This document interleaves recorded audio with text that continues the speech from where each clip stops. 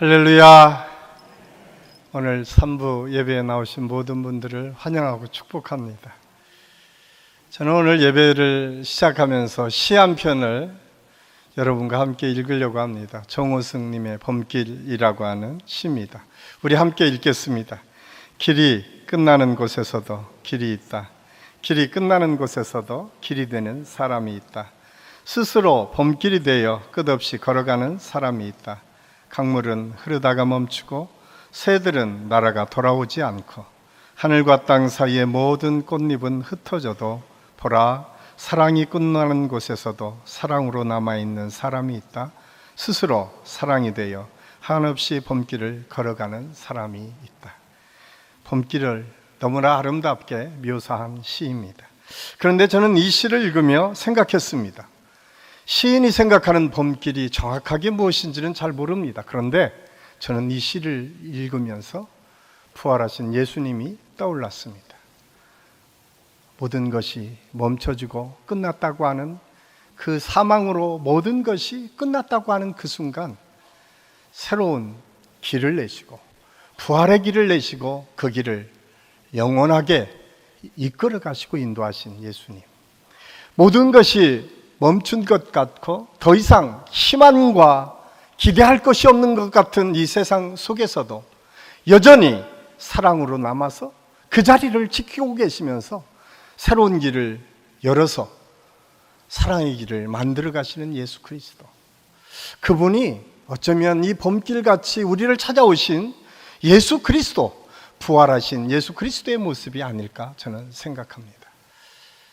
저는 이 부활하신 예수 그리스도가 저와 여러분을 오늘 찾아오셔서 우리와 함께 동행해 주시기를 원하시고 우리와 함께 새로운 길을 걸어가기를 원하심을 여러분 믿으시고 이 시간 우리 모두가 그 주님을 바라볼 수 있는 은혜의 시간이 될 수 있기를 간절히 소원합니다. 우리 서로 한번 이렇게 인사하겠습니다. 샬롬 이렇게 인사하겠습니다. 이렇게 인사할까요? 주님의 평화가 여러분과 함께 하시기를 바랍니다. 오늘 우리는 특별한 인사를 했습니다. 샬롬이라고 하는 이 말은 이스라엘 백성들에게는 아주 특별한 의미의 인사였습니다. 아주 어렸을 때부터 수십 년, 수백 년, 수천 년 동안 그들의 전통적인 인사법이 샬롬이라고 하는 인사였습니다. 오늘 저는 이 샬롬이라고 하는 이 인사를 가장 먼저 예수님께서 불안에 떨고 있는 제자들을 찾아오셔서 하신 말씀 중에 오늘 너희가 평안할지어다 라고 하는 이 말씀이 샬롬이라고 하는 인사와 동일함을 알 수가 있습니다. 저는 이 말씀을 준비하면서 왜 예수님께서 살아계시는 동안 많은 제자들이 그를 따르고 많은 사람들이 그를 따라서 동행했지만 예수님께서 십자가에 못 박혀 돌아가신 다음에 뿔뿔이 다 흩어지게 됩니다. 사실 예수님이 살아계실 때에 수많은 군중이 모여들 때는 제자들이 으쓱했을 것입니다. 어디를 가나 예수님의 제자임이 자랑스러웠을 것입니다. 그런데 안타깝게도 예수님께서 고난의 길을 걷기 시작하시고 우리의 모든 인간의 죄를 담당하시고 십자가를 지실 때에 예수님이 계실 때 호언장담하면서 다른 사람은 다 배반해도 나만큼은 절대 배반하지 않겠습니다 라고 다짐했던 사도 베드로, 그런 조그만 소녀가 너도 같은 배 아니냐? 너도 저 사람과 같이 움직이지 않았니? 라고 했을 때에 아니다, 심지어는 예수님을 저주하며 부인했다고 성경은 기록하고 있습니다. 뿐만 아니라 제자들은 뿔뿔이 다 흩어졌습니다. 더 이상 기대할 것이 아무것도 없다는 생각에 자기 고향으로 가서 옛날에 생업으로 다 돌아갔음을 성경은 우리에게 증언해주고 있습니다. 이렇게 두려움 속에 빠져 있었던 제자들을 갑자기 오늘 우리가 읽은 본문은 19절에서 예수님께서 등장하심을 우리에게 말씀해 주고 있습니다. 오늘 본문은 정확하게 장소가 명시되지 않았지만 어쨌든 제자들이 한 곳에 모여 있었고 그 모인 곳에 예수님께서 갑자기 나타나셨음을 성경은 우리에게 말씀해 주고 있습니다. 그러면서 예수님께서 가장 먼저 하신 말씀이 너에게 평안이 있을지어다, 이 말씀이에요. 샬롬 하라고 하는 것입니다. 이 샬롬의 역사가 너에게 있기를 바란다라고 하는 말씀이 오늘 예수님의 첫 말씀이었음을 우리가 알 수가 있습니다. 이 샬롬이라고 하는 헬라어는 에이레네라고 하는 말로 사용되고 있습니다. 이것은 평강, 평화라고 하는 의미입니다. 이 평강, 평화라고 하는 의미는 이스라엘 백성들에게 샬롬이라고 하는 의미로 오랫동안 기억됐고 또 누구나가 쉽게 하는 인사였습니다.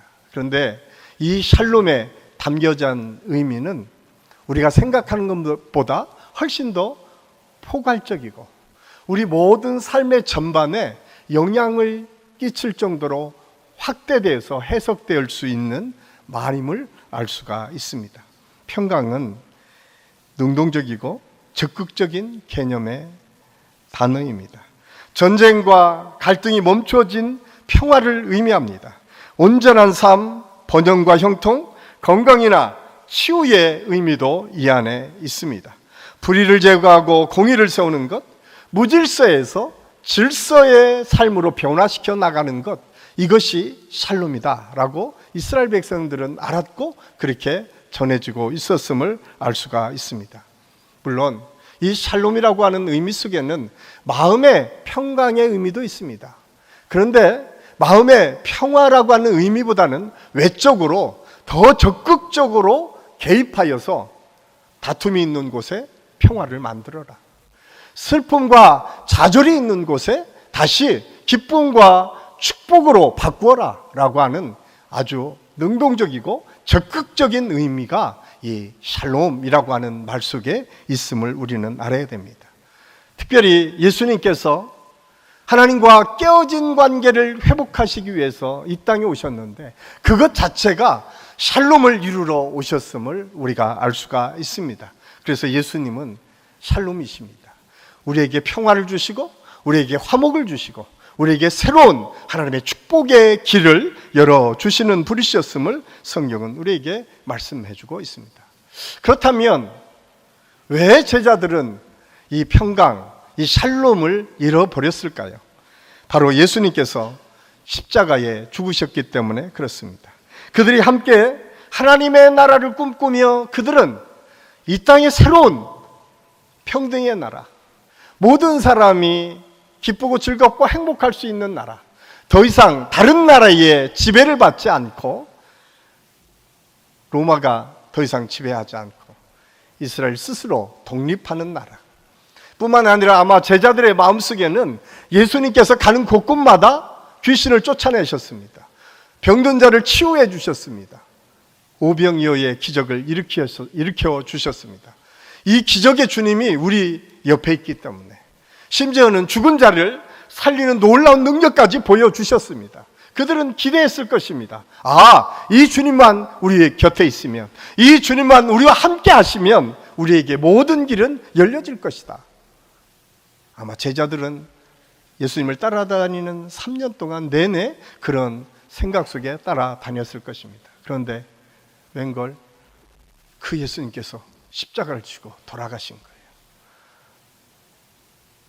물론 예수님께서 수없이 말씀을 통해서 십자가를 지실 것을 예언하셨습니다. 그럼에도 불구하고 제자들은 그 예언의 말씀이 귀에 들어오지 않았습니다. 왜?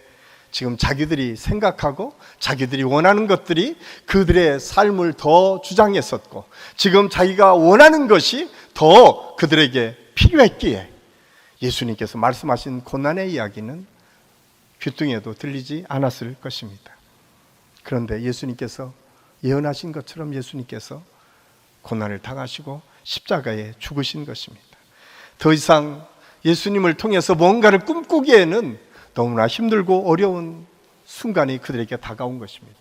물론 우리가 말씀을 통해서 보면 이미 부활하신 예수님이 막달라 마리아에게 보이셨고 예수님께서 부활하셨다라고 하는 소식이 그들에게 들려졌음에도 불구하고 그들은 여전히 그걸 믿지 못하고 두려움 속에 있었음을 성경은 우리에게 말씀해 주고 있습니다. 지난주가 우리 부활절이었습니다. 여러분, 많은 그리스도인들이 부활절은 온 인류를 구원하시기 위해 이 땅에 오신 예수 그리스도가 죽으셨다가 부활하신 날을 기념하는 날입니다. 그런데 여러분, 한 주 동안 저와 여러분의 삶을 한번 되돌아 보십시오. 여러분은 정말 부활의 기쁨 속에 사셨습니까? 우리가 부활절을 지나면서 부활은 하나의 형식적인 하나의 우리가 지키는 절기로 끝나버리지는 않았습니까? 여전히 우리는 우리의 삶의 현실에 우리의 마음이 빼앗기고 지금 답답하고 힘들고 어려운 상황 속에 우리가 주저앉아 있고 있지는 않습니까?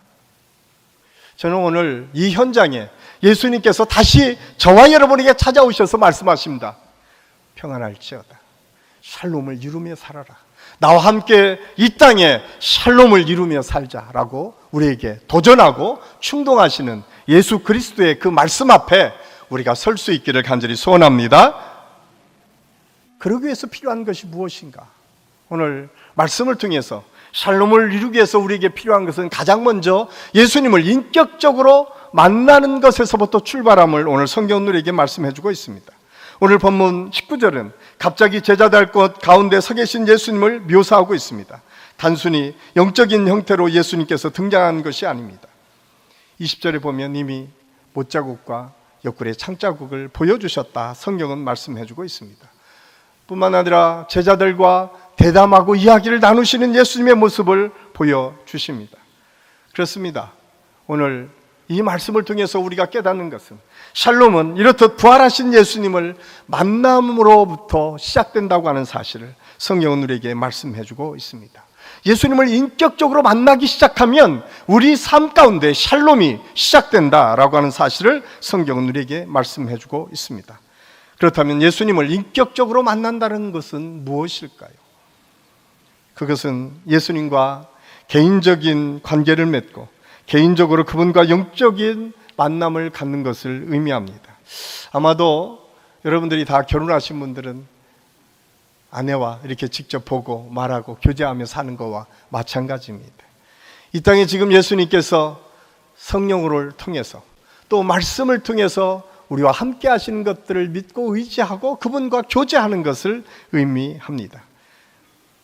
그렇습니다. 예수님은 인격적인 분이십니다. 그래서 다른 종교와는 다르게 기독교는 예수님이 지금도 살아서 우리와 함께 하신다고 믿고 고백하는 종교입니다.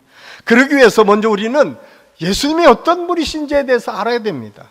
예수님께서 어떤 분이신지 알아야만 우리는 그분과 인격적으로 만날 수 있고 교제할 수 있습니다. 예수님은 하나님이십니다. 예수님은 메시아이십니다. 예수님은 우리를 위해서 십자가에 죽으시고 부활하신 분이십니다. 예수님께서는 이 땅에 오셔서 부활의 몸을 입고 또 승천하셔서 하나님 우편에 앉아 계시다고 성경은 아주 분명하게 우리에게 말씀해 주고 있습니다. 뿐만 아니라 그분은 심판의 주로 최후 심판 때에 이 땅에 다시 재림의 주로 오셔서 우리 모든 인생을 심판하는 심판주가 되심을 성경은 우리에게 말씀해 주고 있습니다. 요한복음 17장 3절은 그래서 예수님에 대해서 이렇게 우리에게 소개하고 있습니다. 우리 함께 읽겠습니다. 영생은 곧 유일하신 하나님과 그가 보내신 자 예수 그리스도를 아는 것이니라. 예수님을 알게 되면 우리의 삶에 새로운 변화가 일어나기 시작하는데 이제 유한한 우리의 인생이 아니라 영원한 삶을 소유하며 사는 축복으로 우리가 변화될 수 있다라고 하는 사실을 우리에게 말씀해 주고 있습니다. 또한 인격적인 만남은 오늘 믿음을 통해서 만나줄 수 있다라고 하는 사실을 성경은 우리에게 말씀해 주고 있습니다. 내 온 마음과 의지를 예수님께 의탁하고 내 죄를 사해 주신 예수 그리스도, 그리고 그분이 나의 주인이시고 나의 구세주이심을 고백하는 것, 그리고 그분이 확실히 그런 메시아임을 믿는 것, 이것이 오늘 믿음을 갖는 믿음의 사람들의 모습입니다. 그렇습니다. 이런 믿음을 가질 때 우리는 영적으로 거듭남을 경험하게 됩니다. 하나님의 자녀가 되는 축복을 누리게 됩니다. 이제는 예수님의 이름을 의지하여 예수님의 공로로 하나님께 나아갈 수 있게 됩니다. 예수를 믿는 순간 눈에 보이지는 않지만 성령께서 우리와 함께하여 주셔서 우리 삶 가운데 하나님께서 일일이 개입해 주신다고 하는 사실을 성경은 말씀해 주고 있습니다. 그래서 사도 베드로는 베드로전서 1장 8절 9절에서 이렇게 우리에게 말씀해 주고 있습니다. 우리 함께 읽겠습니다. 예수를 너희가 보지 못하였으나 사랑하는도다. 이제도 보지 못하나 믿고 말할 수 없는 영광스러운 즐거움으로 기뻐하니 믿음의 결국 곧 영혼의 구원을 받음이라. 예수님이 보이지 않지만 우리는 믿음으로 그분을 고백하고 만날 수 있다고 오늘 베드로 사도는 우리에게 말씀해 주고 있습니다. 그 영광에 동참한다고 우리에게 말씀해 주고 있습니다. 바울은 예수님을 직접 만나지는 못했지만 믿음으로 우리에게 그 구원의 역사가 시작됨을 말씀해 주고 있습니다. 그리고 이 믿음을 고백할 때에 우리의 삶에 그대로 이루어진다고 하는 사실을 성경은 우리에게 말씀해 주고 있습니다. 예수님이 나의 주, 나의 하나님인 것은 그냥 우리가 지식으로 아는 것으로 그쳐서는 안 됩니다. 예수님께서 우리가 믿음으로 고백할 때 우리 안에 들어오셔서 나를 지배하고 그분이 온전히 나를 이끌어 가시도록 전적으로 내 삶을 의탁하는 것, 이것이 믿음의 고백에 있음을 알 수가 있습니다. 이럴 때 성령께서 주시는 기쁨과 슬픔 같은 감정이 우리가 함께 느낄 수가 있고 세상에서 알 수도 없고 주지도 못하는 그 기쁨과 은혜를 누릴 수 있음을 성경은 우리에게 말씀해 주고 있습니다. 저는 우리 한식교회 모든 성도들이 이 부활절을 통해서 이런 하나님의 은혜와 축복을 누릴 수 있기를 예수님의 이름으로 간절히 축원합니다. 부활절은 그래서 마지막이 아닙니다. 끝이 아닙니다. 새로운 시작입니다. 사망의 길에서 끝이 난 것이 아니라 부활의 길이 되셔서 새로운 시대를 열어가시는 예수님, 그 예수님과 인격적인 만남을 통해서 우리의 모든 아픔과 고통과 슬픔을 이기시고 승리의 길을 걸어가시는 그 주님과 동행하는 믿음의 삶을 살 수 있기를 예수님의 이름으로 간절히 축원합니다.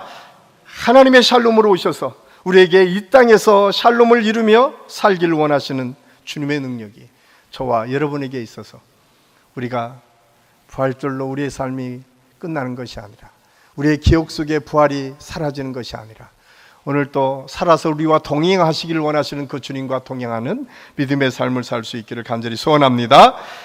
샬롬은 확실한 성경의 말씀을 깨달음으로 이룰 수 있습니다. 본문 19절은 유대인들이 두려워하여 문을 굳게 잠그고 있었다고 성경이 말씀하고 있는데 이 현장에 똑같은 본문을 누가복음에서는 이렇게 증거하고 있습니다. 누가복음 24장 37절 말씀해 보면 그들이 놀라고 무서워하여 그 보는 것을 영으로 생각하는지라. 갑자기 등장하신 예수님, 그들은 이해가 되지 않았습니다. 문을 잠그고 있었는데 예수님이 갑자기 그 앞에 나타나서 말씀하시는 거예요. 그들은 두려워 떨었습니다. 오늘 무서웠다고 성경이 기록하고 있어요. 그 이유가 무엇입니까? 가장 먼저는 그들이 문을 닫은 이유입니다. 유대인들에 의해서 공격받을까 봐 그들은 무서워했습니다. 더 이상 예수당이라고 하는 소리를 듣고 싶지 않아서 그들은 숨어 있었습니다. 뿐만 아니라 갑자기 그들 앞에 나타나신 예수님이 어떤 분이신지에 대해서 잘 알지 못했기 때문에 그들은 두려웠습니다. 오늘 성경은 갑자기 나타난 예수님을 통해서 들려진 이 말씀을 통해서 다시 예수님이 어떤 존재인지, 예수님은 단순히 부활하신 몸으로 이 땅에 오신 그 주님은 부활체로, 영성체로 우리가 차원이 다른 몸으로 부활하셨음을 성경은 우리에게 말씀해 주고 있습니다. 그렇게 놀라는 제자들에게 예수님께서 이렇게 말씀하십니다. 누가복음 24장 39절 말씀해 보면 그 손과 발을 보고 나인 줄 알라. 또 나를 만져보라. 영은 살과 뼈가 없으되 너희 보는 것 같이 나는 있느니라. 참 놀랍지 않습니까? 예수님의 부활의 몸은 이렇듯 우리가 느끼고 우리가 만지고 체험할 수 있는 우리와 똑같은 육신의 몸도 입었다라고 하는 사실을 성경은 우리에게 말씀해 주고 있습니다. 이런 확증이 제자들에게 부활하신 예수님이 보여주심으로 확실하게 증거하고 있습니다. 그럼에도 불구하고 예수님께서 이제 승천하여서 우리 곁에 계시지 않기 때문에 우리는 여전히 목말라 합니다. 예수님의 제자들이 못자국과 그 옆구리를 만진 것처럼 우리도 그렇게 확실한 증거를 주십시오 라고 하는 생각이 오늘 우리 그리스도인들 안에 참 많이 있습니다. 그런데 그 확증의 역사가 이런 확실한 못자국처럼 우리에게 확실하게 예수님이 부활하셨다라고 하는 증거를 보여주시는 말씀이 바로 하나님의 말씀 성경입니다. 그래서 요한복음 5장 39절에서 예수님께서 미리 죽으실 것을 예언하시면서 이렇게 제자들에게 말씀하십니다. 우리 같이 한번 읽겠습니다. 너희가 성경에서 영생을 얻는 줄 생각하고 성경을 연구하거니와 이 성경이 곧 내게 대하여 증거하는 것이라. 아멘. 오늘 말씀해 보면 이 성경이 곧 예수님에 대해서 증거한다는 거예요. 예수님의 영생의 역사가 있음을 성경이 아주 분명하게 선언하고 증거한다고 오늘 우리에게 말씀해 주고 있습니다. 그럼에도 불구하고 우리는 여전히 연약해서 뭔가 확증이 있었으면 좋겠다라고 때로는 기도원에 가기도 하고 때로는 뭔가 이렇게 보여지는 환상을 보기를 원하기도 합니다. 물론 성령의 역사를 통해서 이런 확증들이 없었던 것은 아닙니다. 초대 기독교 역사를 보면 초대교회 안에 참 많은 이런 이적과 이사들이 많이 일어났었습니다. 한국교회에서도 아주 없었던 것이 아닙니다. 한국교회 안에서도 초창기 부흥회 때마다 입신의 역사도 있고 방언의 역사도 있고 치유되는 역사도 경험했었습니다. 그런데 이러한 이적과 기사와 이러한 뜨거움과 열정과 기도 이런 역사보다 더 확실한 것은 만고 불변의 하나님의 말씀, 기록으로 된 이 성경 말씀이 영원히 변하지 않는 확증임을 믿으시고 우리 모두가 이 믿음으로 나아갈 수 있기를 간절히 소원합니다. 오늘 이 믿음으로 나아갈 때에 성경은 우리에게 아주 분명하게 이 말씀을 통해서 주시는 특별한 은혜가 있음을 우리에게 가르쳐주고 있습니다. 그래서 사도 바울은 디모데후서 3장 16절 17절에서 이 성경의 말씀이 얼마나 우리 삶에 유익한지를 이렇게 증언하고 있습니다. 우리 함께 읽겠습니다. 모든 성경은 하나님의 감동으로 된 것으로 교훈과 책망과 바르게 함과 의로 교육하기에 유익하니 이는 하나님의 사람으로 온전하게 하며 모든 선한 일을 행할 능력을 갖추게 함이라. 아멘. 성경에는 구원에 필요한 충분한 지식과 지혜가 담겨져 있습니다. 성경은 하나님의 감동으로 쓰여졌습니다. 인간의 사유와 번뇌의 결과가 아닙니다. 인류의 축적된 지식도 아닙니다. 성경은 온 인류를 만드시고 창조하시고 지금도 이 삶을 이끌어 가신 전능하신 하나님께서 직접 하나님의 사람들을 통해서 감동하시고 하나님의 사람들을 통해서 쓰도록 증거하신 말씀임을 성경을 통해서 우리가 깨닫게 됩니다. 사랑하는 한식교회 성도 여러분, 예수님께서는 성경이 자기를 증언하는 것이라고 말씀하십니다. 그리고 성경을 통해서 지금 여기에 있는 우리와 만나기를 원하십니다. 소통하기를 원하십니다. 은혜 베풀어 주시기를 원하십니다. 지금 예배드리고 있는 우리 모두에게도 말씀으로 하나님과 만나고 하나님께서 주신 구원의 확증을 통해서 우리의 삶을 더 풍성하게 이끌어갈 수 있는 은혜가 있기를 예수님의 이름으로 간절히 축원합니다. 마지막으로 오늘 샬롬은 성령의 능력을 통해서 이루어짐을 우리에게 말씀해주고 있습니다. 오늘 본문 22절 말씀은 이 말씀을 아시고 그들을 향하여 숨을 내쉬며 이르시되 성령을 받으라 라고 말씀하고 있습니다. 이 성령 숨을 내쉬며 성령을 받으라 말씀하라고 하는 이 장면은 흡사 창세기 2장 7절 말씀에 보면 하나님께서 인간을 흙으로 빚으시고 그 코에 생기를 불어 넣으셨다라고 하는 것과 이렇게 연상이 돼서 연결이 되는 것 같습니다. 하나님께서 우리에게 그렇게 성령을 주시기를 원하신다.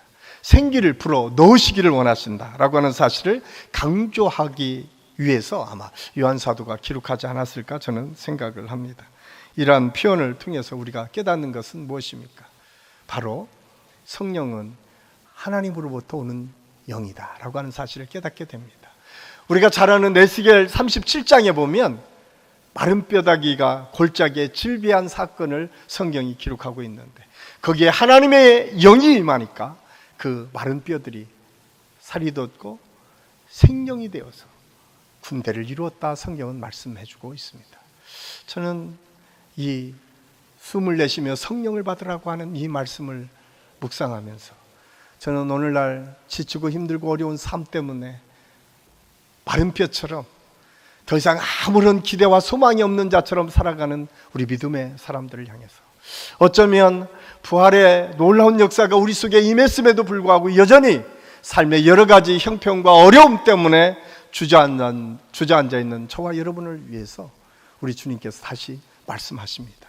너희가 성령을 받고 일어서라. 성령을 통해서 다시 일어서서 샬롬으로 나아가라 말씀하고 있음을 오늘 성경을 통해서 깨닫게 됩니다. 이 은혜가 저와 여러분에게 있기를 간절히 소원합니다. 그런데 23절은 이어서 이 성령을 말씀하시면서 이렇게 말씀합니다. 너희가 누구의 죄든지 사하면 사해질 것이요 누구의 죄든지 그대로 두면 그대로 있으리라 하시니라. 이때 죄사함의 능력은 내가 누군가를 용서해주고 누군가의 죄를 그대로 잊게 하는, 휘두르는 권세를 이야기하는 것이 아닙니다. 오히려 피 흘리신 예수님의 피, 죄사함의 능력을 그의 제자가 됨으로써 얻게 되는 것을 의미합니다. 다시 말해서 성령을 받으면 죄를 용서할 수 있는 능력을 갖게 된다는 겁니다.